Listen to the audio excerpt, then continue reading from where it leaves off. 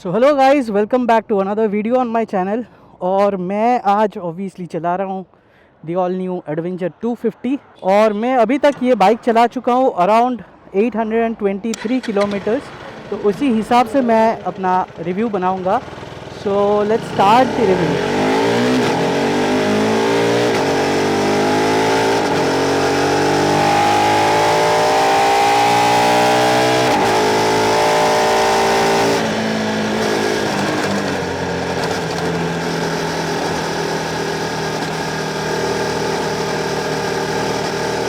So to start the review, I'm gonna review it backwards.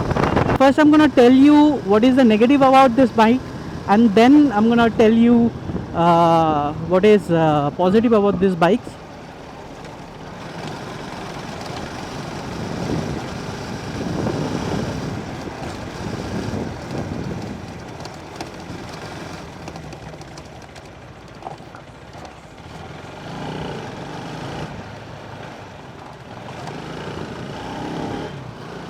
So positive वैसे भी आपको मिल गया, रास्ता ख़राब था। और पहला पॉजिटिव जो है वो है good road, bad road, no road, it doesn't really care. आप खाली सैडल कर लो और इसका बैलेंस कर लो और ये चला जाएगा जो भी रास्ता हो। सो that's the positive about this bike. But I was not starting the video with positive. पहले नेगेटिव बताते हैं। First negative of this bike being somebody who is coming from Yamaha to KTM, पहला डिसअपॉइंटमेंट इस bike में जो है that is the vibes and noise that this bike makes. Like हर जगह पे थोड़ा बहुत वाइब्रेशन तो है। और इंजन का जो नॉइज़ है, मतलब यामाहा मैं जब चला रहा था, FZ25 ज़्यादा पावरफुल बाइक नहीं है, टॉर्क ज़्यादा है बट ज़्यादा पावरफुल में नहीं है। तो उसके बाद भी अगर आपको 80 में खींच रहे हो, 120 में खींच रहे हो, 128 में खींच रहे हो, जो भी RPM पे उसको खींचो, उसका आवाज़ हाई RPM में जितना होना चाहिए वैसा ही रहता है। ये डिफरेंट बहुत सारा डिफरेंट नॉइज़ मेक नहीं करता है। तो अभी मेरा एक माइक मैंने सीट के नीचे लगाया हुआ है। सो if you can hear the noise, let me rev it out.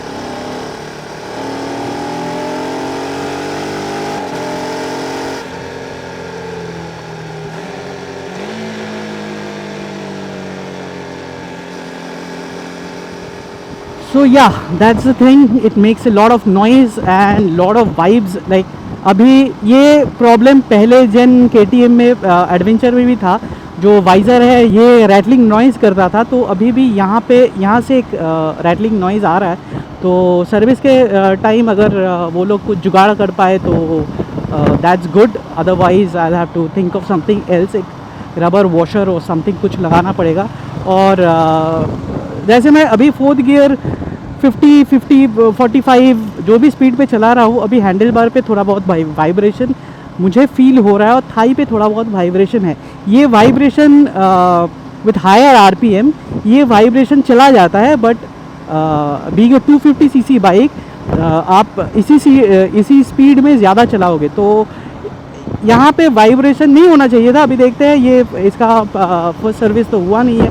So after first service में भी इसका वाइब्रेशन चला जाए, बिकॉज इंजन ऑयल चेंज होगा, बहुत कुछ काम वाम होगा, तो वो देखना पड़ेगा। But as it is in stock अभी ये बहुत वाइबी है।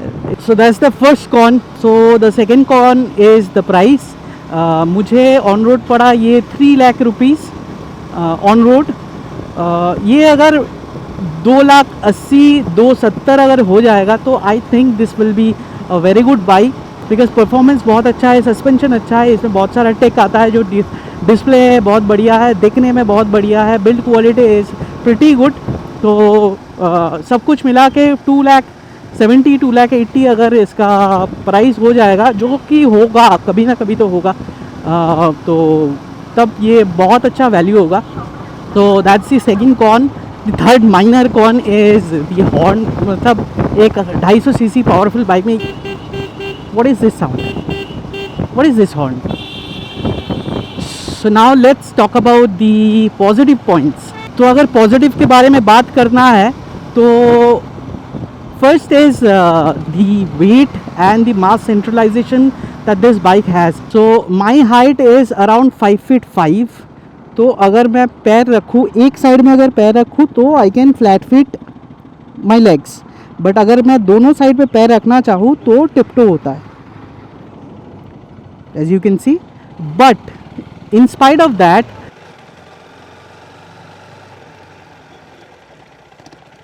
मुझे सिटी में हेवी ट्रैफिक में चलाने के लिए कोई भी दिक्कत नहीं होता है because of the mass centralization of this bike. And this is another advantage of this bike. So अगर आपका हाइट शॉर्ट है और आप ये बाइक लेना चाहते हो, so go for it because within a few days of practice you can easily can handle this bike without any problem. Now let's talk about the suspension of this bike. अभी मैं उतना pro बंदा तो नहीं हूँ, but I can do this easily. Like if there is road, no problem. If there is no road, not a problem. आप pot whole जो भी मिले आपको उसके ऊपर से आप चला दो. This suspension can easily handle all these छोटा मोटा pot holes, no problem at all. ज़्यादा बड़ा मतलब एकदम ऑफ रोड होगा तो क्या होगा परफॉर्मेंस सस्पेंशन का, ये मुझे अभी तक पता नहीं बिकॉज मैंने उतना ऑफ रोडिंग अभी तक किया नहीं है. इन सिटी यूज़ जहाँ पे बहुत सारा गड्ढा गुड्ढा होता है उसमें कोई दिक्कत नहीं होने वाला आपको. और आई कैन से is the suspension is damn good. So let's talk about the seat. In my opinion अगर आप ये बाइक लेना चाहते हो या तो आपके पास ये बाइक है, don't listen to other reviewers. पहले आप ये वाला सीट पे 2000 किलोमीटर बाइक चला लो. आप 2000 किलोमीटर पहले बाइक चलाओ, फिर अगर आपको लगे कि सीट अनकंफर्टेबल है then only modify your seat. आप आराम से ये सीट पे बैठ के आई कैन से 400 किलोमीटर आराम से आप चला सकते हो. Then obviously you have to take rest क्योंकि I don't think so that any big travellers are doing 700-800 kilometre long ride in a single stretch. तो आपको वैसे भी रेस्ट लेना पड़ेगा. सीट हाइट अगर आप हायर अप करोगे, जितना भी हाई करो उसके उस पर बहुत सारा इफेक्ट्स है. जैसे आपका जो हैंडल बार है, ऑब्वियसली सीट हाइट ज़्यादा हो रहा है मतलब आपका जो हैंडल है वो नीचे चला जाएगा. सो बाइक का जो एर्गोनॉमिक्स है वो चेंज हो जाता है. उसके बाद आपका जो ये जो विंडशील्ड जो है ये सही से काम नहीं करेगा. जैसे अभी 825 mm सीट हाइट ही है स्टॉक, तो मेरा विंडशील्ड यहाँ पे आ रहा है. अगर मैं 30 mm उसको अगर बढ़ा दूँ तो ये नीचे चला जाएगा, मेरा हाई यहाँ पे चला जाएगा, तो विंड बफेटिंग ज़रूर होगा. डोंट थिंक दैट आपको सीट मॉडिफिकेशन करना ही करना है. आप पहले बैठो, देखो, चलाओ 2000 किलोमीटर, उसके बाद डिसाइड करना. अगर मॉडिफाई करना है तो कर लेना, नहीं करना है तो मत करो. That's the rider seat. About the pillion seat, obviously मैं अगर कंपेयर करूँ मेरे FZ25 से तो ऑब्वियसली पिलियन सीट थोड़ा छोटा है एंड नैरो भी है, but as per my pillion उतना भी अनकम्फर्टेबल उसको नहीं लगा. I will make another video with my pillion about the pillion comfort of this bike, but as she said to me this is not that uncomfortable. और another thing is मैं अगर एक bag carry कर रहा हूँ अपने पीठ पे, then also she can sit in the pillion seat comfortably. उतना प्रॉब्लम नहीं होता है. तो वहाँ पे अगर आपको लगे कि आपको आपके जो पिलियन है वो थोड़ा हेल्दी है, वेल बिल्ट है, तो अगर आपको चाहिए तो पिलियन सीट आप थोड़ा मॉडिफिकेशन कर सकते हो. मुझे अभी तक ज़रूरत नहीं पड़ा. So I will definitely make another video about the pillion comfort of this bike with my pillion obviously. Let's talk about the brake of this bike. तो पहले जब मैं ये बाइक लिया था तो for first 7 days I would say मुझे break ज़्यादा अच्छा नहीं लगा था बिकॉज मुझे लगा था ब्रेक थोड़ा स्क्विशी है. मतलब ऑर्गेनिक ब्रेक पैड है तो क्या ही एक्सपेक्ट कर सकते हो, बट ओवर द टाइम थोड़ा ब्रेक घिसेगा तो ब्रेक का परफॉर्मेंस अच्छा हो जाएगा.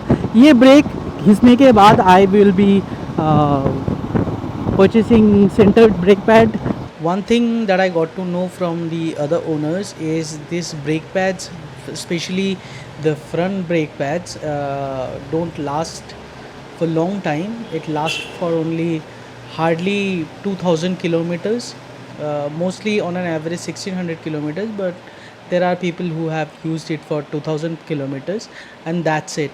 That's the life of this organic brake pad that comes with the 390X and also the 250. The good news is it doesn't cost that much. It costs only 750 rupees with labor.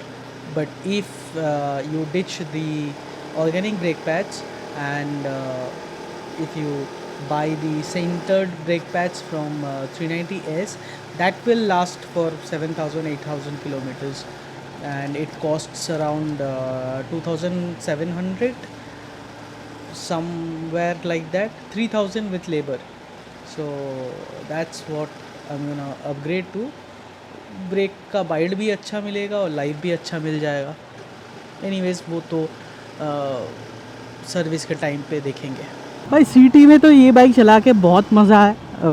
N125 चला के और भी मज़ा है. But jokes apart, 250 city के लिए ही बना हुआ है, जिसका मेन प्रायोरिटी सिटी है और कभी कभी हाईवे पे चले जाते हैं. उसके लिए ही 250 एडवेंचर है, उसके लिए 390 एडवेंचर नहीं है. 390 एडवेंचर एक्स, वो अगर आप ज़्यादा हाईवे करते हो और थोड़ा बहुत सिटी में चलाते हो, उसके लिए एडवेंचर एक्स था. अभी तो एक्स प्लस आने वाला है. So now finally let's talk about the performance of this bike.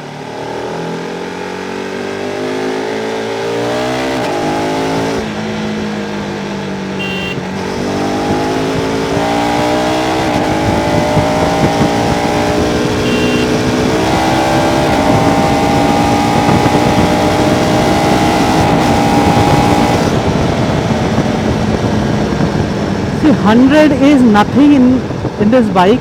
आप इजीली 100 पे आराम से इसमें क्रूज़ कर सकते हो. 100 जाने में ज़्यादा टाइम भी नहीं लगता है. बट वही इसका पुल का एक अलग कैरेक्टरिस्टिक्स है. थोड़ा सा लैग है, बट उतना भी प्रॉब्लमेटिक कुछ नहीं है.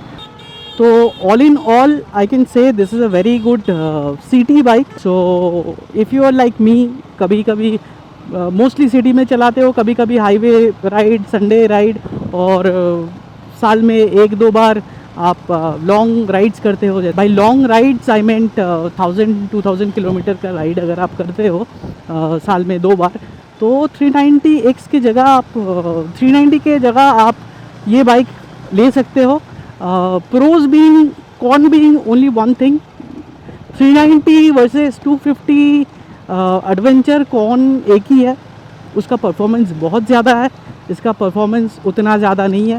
But the pros being mileage, the economy is much higher in this. At least 10 kilometres per litre इसका ज़्यादा माइलेज है. वाइब्स उतना नहीं है, उसमें बहुत वाइब है, इसमें भी वाइब है बट बहुत कम है. And also heat is very less compare to that bike.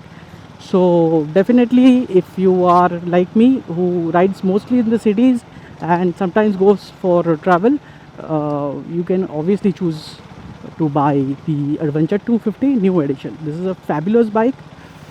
So that's it for today. Hope you liked the video. Subscribe if you haven't. I'll see you in the next video.